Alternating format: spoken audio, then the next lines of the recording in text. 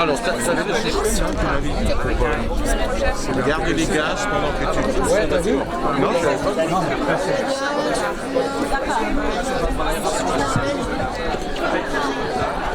justement, je vois une petite manivelle là. Mais c'est pas ça. Là, t'as un truc pour tirer les gaz à la main. Il explique dans le livre que des fois elle marche mal. Donc, c'est pour tirer les gaz et puis la pousser depuis l'extérieur. Donc, c'est pas un choc, c'est vraiment les gaz. Non, là, c'est des gaz. Excellent. Les deux côtés, pas vers ça. Ouais.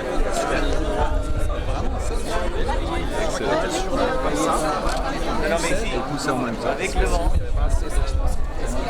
T'as fait déjà l'essai? C'est vraiment en cas de... Ouais, si c'est trop raide. Excellent. Oui, alors attends, je fais juste un petit tour avec... Ouais, alors voilà. Donc, la voiture. Alors, on commence par le moteur. Déjà. Donc, on commence par le moteur. Un petit 4 cylindres, hein, tout petit, 500 cm3, mais qui marche très bien.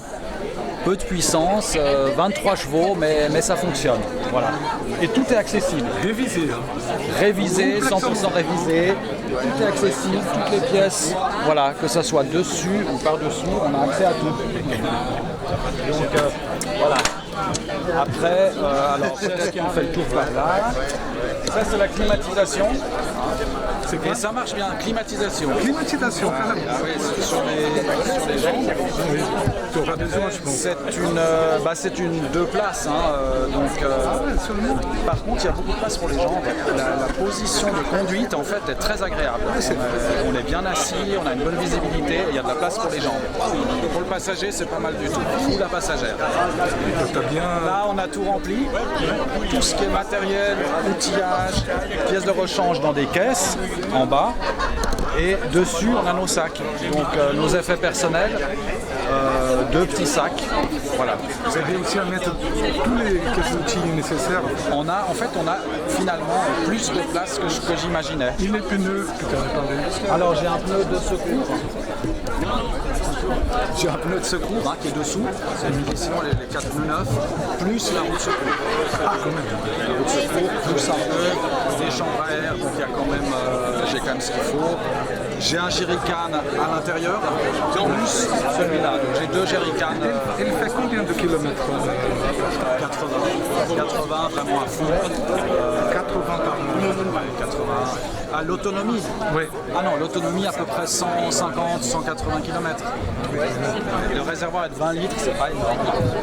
Et puis là, donc un dessin de Thierry Vernet, parce que je voulais vraiment qu'il soit représenté dans le voyage.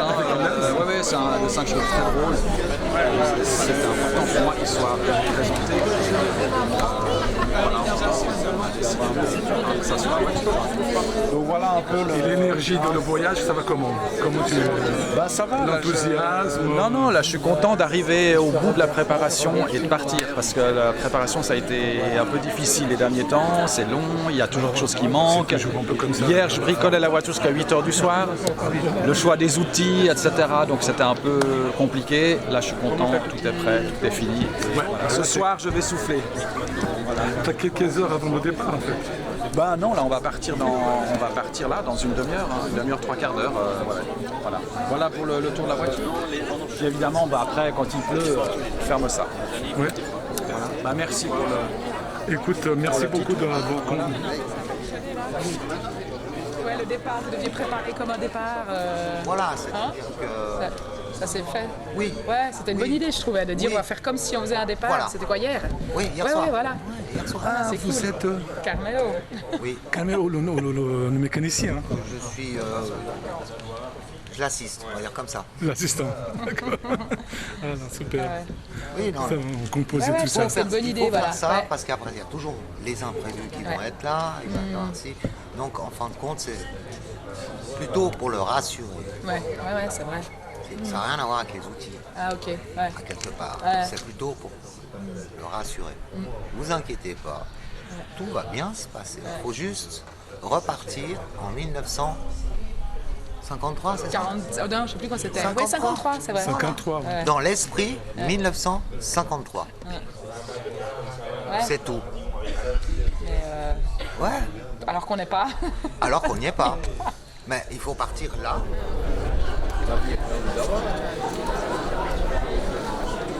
Thierry. Je t'ai pas vu.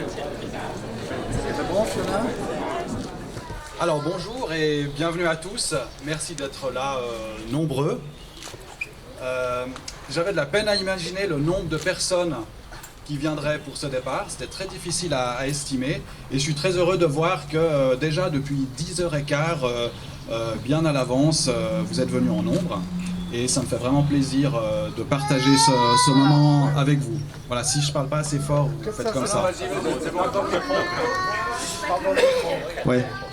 Voilà. Alors, je tiens tout d'abord à dire que je suis pas très à l'aise avec les allocutions. Je suis pas un très grand orateur, donc ça sera assez succinct et pas trop long. Vous inquiétez pas. Bref, alors en ce jour particulier, il me semblait quand même important de prendre la parole un instant. Ce moment tant attendu, dont je rêve depuis si longtemps, est enfin là, aujourd'hui. Et en fait, ce projet de voyage, j'y pense depuis très longtemps.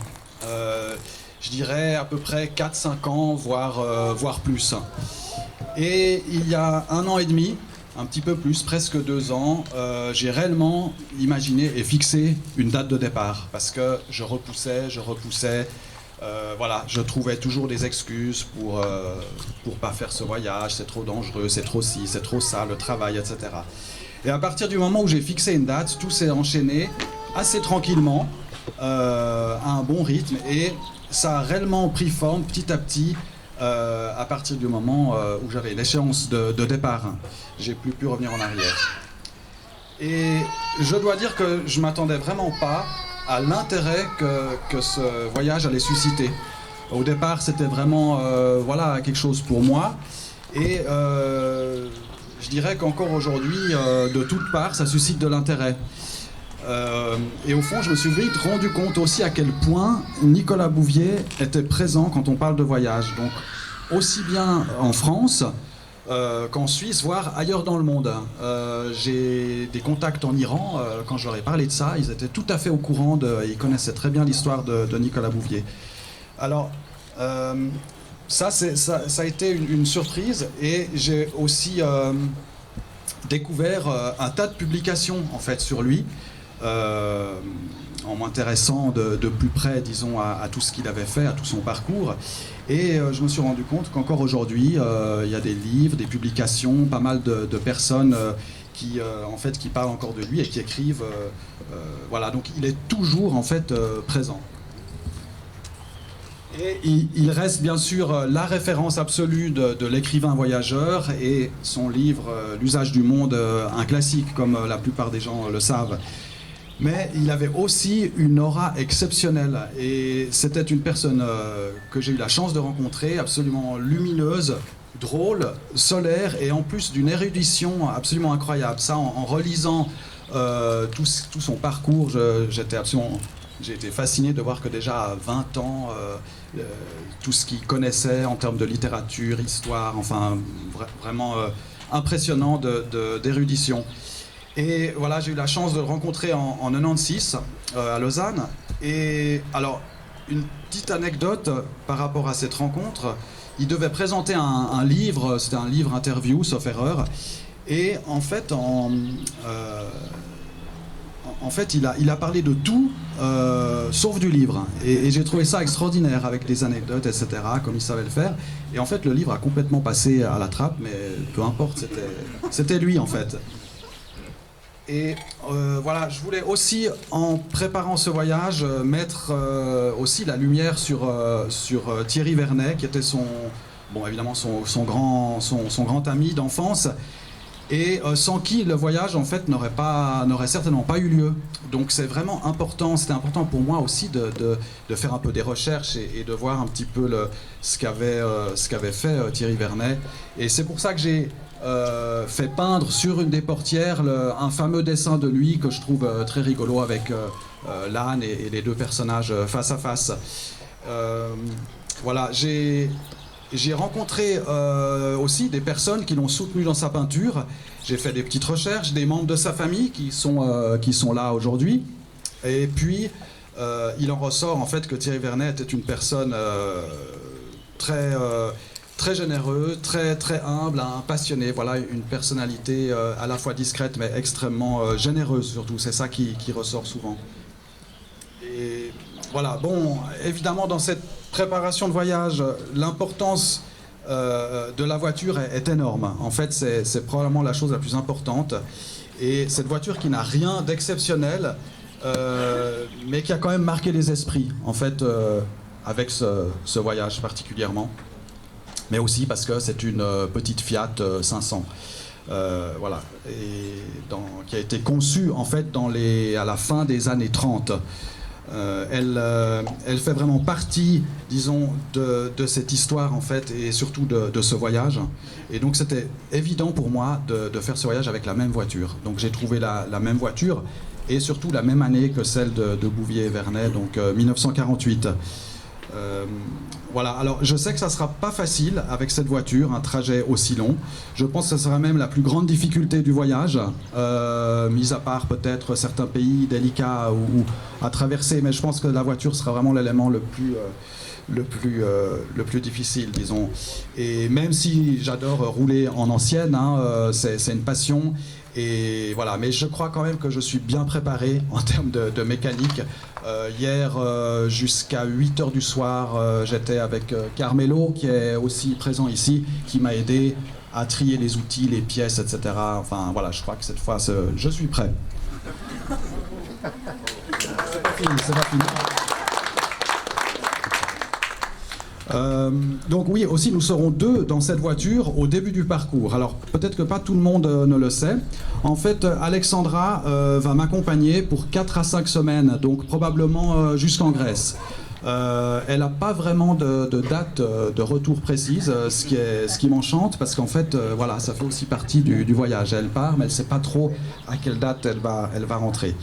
Voilà, je la remercie. Où est-ce qu'elle est, voilà.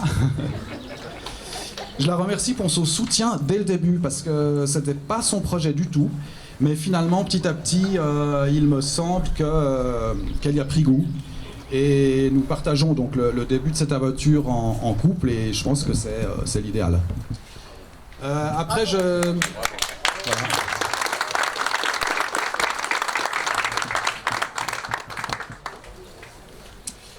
Je voudrais aussi remercier chaleureusement la mairie de Cologny et son maire, Pascal Ornung. Alors, je sais qu'il était là tout à l'heure, et il n'est pas là, mais il va sans doute revenir. Et ils m'ont accueilli avec enthousiasme pour ce projet de pot de départ ici, sans restriction. Ils ont été tout de suite tout à fait d'accord. Parce que en fait Nicolas Bouvier ayant vécu ici une grande partie de sa vie, évidemment pour moi ça avait du sens de faire ce départ ici. Voilà un lieu qu'il a aimé. Il a reçu le prix ou le mérite Colognote par Monsieur Cuindet qui était maire à l'époque. Je sais pas, voilà, ici, voilà. Donc voilà, ça a vraiment du sens. Ça avait vraiment du sens de faire ce départ ici, sur la commune de Cologny. Voilà, j'aurais bien voulu connaître la femme de Nicolas Bouvier, Eliane, lui faire part de mon projet, mais hélas, certains le savent, elle est décédée il y a 15 jours, à l'âge de 89 ans, donc j'ai pas eu le temps, disons, de la rencontrer ces derniers temps. Je salue ici Manuel Bouvier, le fils de Nicolas, qui est présent aussi, représentant évidemment de la famille. Et voilà, j'aurais encore beaucoup de personnes à remercier, mais je vais pas faire évidemment, je vais pas faire trop long. Je voulais remercier quand même ceux qui se sont occupés de la voiture. Ça a été un travail énorme, sans fin. Et voilà, je pense que la voiture est enfin prête. Mais je voulais quand même remercier le garage, Monsieur Elio de Toro qui a refait le moteur, la boîte à vitesse, etc. Qui est présent, évidemment. Le garage d'Hermance qui a aussi fait tous les freins, d'autres parties du moteur. Et Carmelo, mon ami récent, qui m'a aidé jusqu'à hier, 8 heures, à faire les derniers réglages, les derniers préparatifs par rapport plutôt aux outils, aux pièces à prendre ou à ne pas prendre. Bravo. Voilà.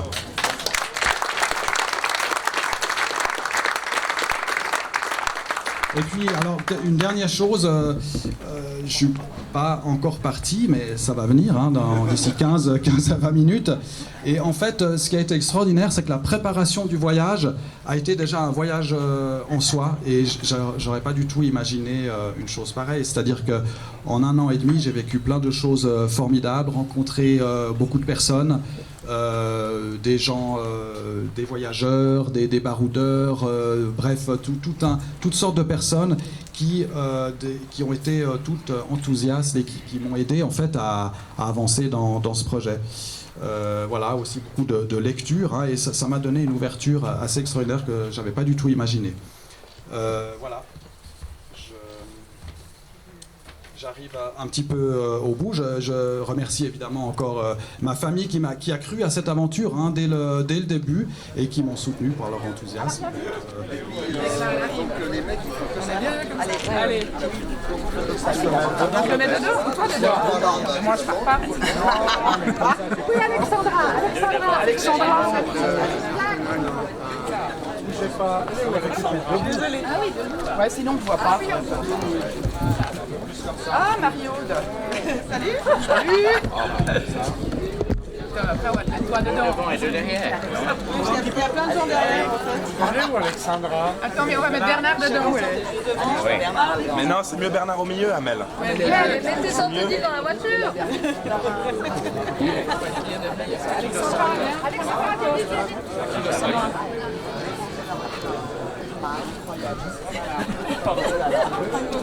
Il va mettre toute la famille dans la voiture. Ne cassez pas la voiture. Ne la cassez pas, cette voiture. Allez, bon sens. C'est là que le fils de Nicolas Bouvier, il est là. Pardon, allez-y. Il est là derrière. Manu Bouvier. Manu Bouvier. Manu Bouvier, viens sur la photo. Il est où? Mais il vous entend? Mais oui. Ouais, on appelle.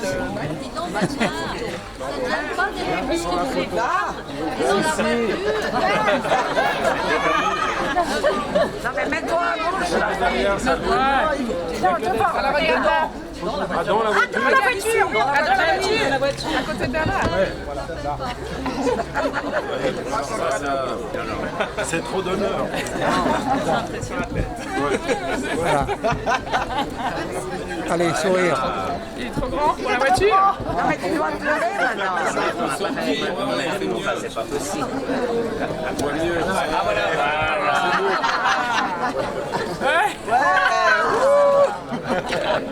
The Family. Ça, c'est... Et vous, on voulait juste vous demander, qu'est-ce que suscite ce voyage pour la famille, de voir Bernard refaire le trajet de votre père? Alors écoutez, on est très touchés pour deux raisons. C'est d'abord que nos familles se connaissent. Moi, j'avais pas vu Bernard depuis 25 ans. Son projet a germé il y a 4 ou 5 ans. Il nous a envoyé un message.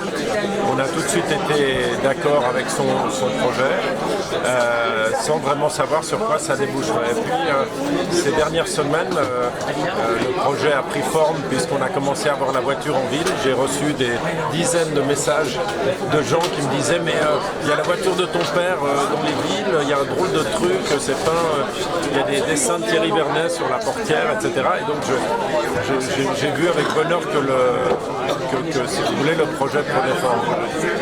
Pour nous, ce voyage en Topolino, il est un peu mythique, si vous voulez, c'est un petit peu au cœur de notre histoire familiale, puisque mon père est parti en voyage bien avant que mon frère et moi soyons nés. Et finalement, nous, on a eu les moments plus difficiles, c'est-à-dire l'écriture et la commercialisation de l'usage de monde, qui a été très difficile, et puis la vie d'écrivain de mon père, qui a été une vie d'artiste difficile, avec énormément de soins apportés au récit, et d'ailleurs ça se voit dans son œuvre aujourd'hui. Je pense qu'on sera tous d'accord pour dire que c'est pas juste qu'il rentrait de voyage et qu'il lançait quelques impressions sur ses voyages. C'est un vrai écrivain et je réalise aujourd'hui, et je suis très touché et honoré qu'il y ait autant de monde et que ça suscite un projet aussi sympathique et ambitieux, suscite autant d'engouement, et vraiment je lui souhaite très bonne route, parce que il va falloir un peu de chance, et j'espère que la voiture tiendra, parce que c'était le souci permanent de mon père en voyage, c'était que la voiture fonctionne. Mais enfin, j'ai parlé avec les garagistes qui l'ont préparée, et ils ont l'air super prêts. C'est une voiture qui est simple, qui se répare assez facilement, qui se déglingue assez facilement, mais je suis sûr que ça se passera très bien, et on se réjouit d'avoir des récits et de suivre ça de près. Merci beaucoup, c'était vraiment magnifique. Merci beaucoup. Il y en a plusieurs. Tu le fais de la pub. Juste en bon. Juste un peu. Le moteur. Alors la machine, qu'on va comment? Comment vous... Est-ce qu'elle va arriver au port ou... Toujours. Tout révisé. C'est tout neuf maintenant. Il va arriver gentiment, mais il arrive. Ouais. Il risque d'avoir des problèmes comme chaque voiture ou toujours? Certainement. Ça, pas fiabilité là-dessus à 100%, elle n'existe pas. C'est plus difficile de le faire maintenant que de le faire à l'époque, le parcours. Parce ça aussi, Bernard disait que les routes, c'est pas pareil. Il va être bloqué, il va être... Les frontières sont plus fortifiées maintenant. Et en même temps, il y avait plus de pistes quand il l'a fait. Oui, voilà, il y a moins de béton, moins de bitume. Mais moins de camions. Moi, c'est les camions qui me font un peu peur. Je me dis, il va se retrouver sur ces routes avec des voitures. Parce que je pense qu'ils se rendent tous. Oui, alors, ouais, c'est pas très bien. Après, il dit que dans certains pays, il n'y a pas tellement d'auto. Enfin, c'est les grands axes. Après, je lui dis, mais est-ce que tu prendras les petites routes? Il dit, mais je peux pas non plus trop m'éloigner de la route du trajet initial. Et merci beaucoup vraiment vraiment à vous tous d'être là et c'est avec beaucoup d'émotion que je partage ce moment avec vous tous. Et donc on va partir, Alexandra et moi, d'ici 15-20 minutes. N'hésitez pas encore à prendre à boire et à manger. Et puis on partira directement de là. La première étape ce soir, c'est Salvan, donc c'est pas très loin. Voilà. Un petit peu en altitude. La deuxième étape, ça sera Brigue. J'aime bien cette ville, je trouve que c'est un carrefour intéressant. Et puis ensuite, on passe le col du Simplon. Donc là, ça va être le premier test pour la voiture.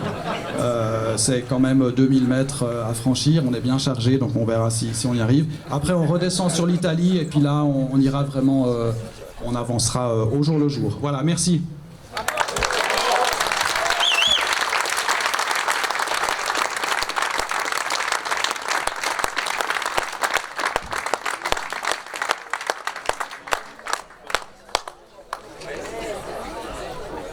Il faut partir là, avec le moderne, effectivement, les camions, l'asphalte, etc., etc. Mais toujours rester dans... On prend le temps de... Bah, c'est ça.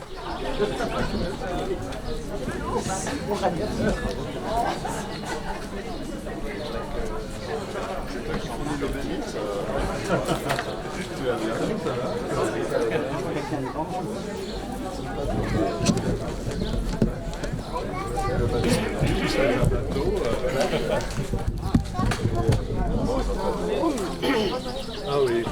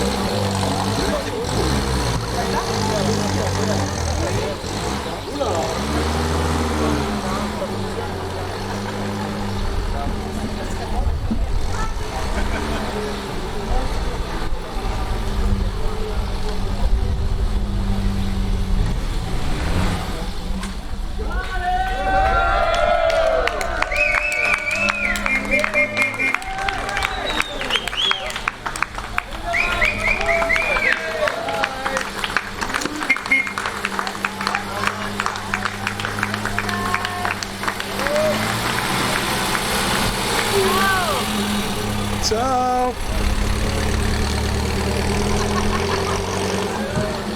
C'est parti.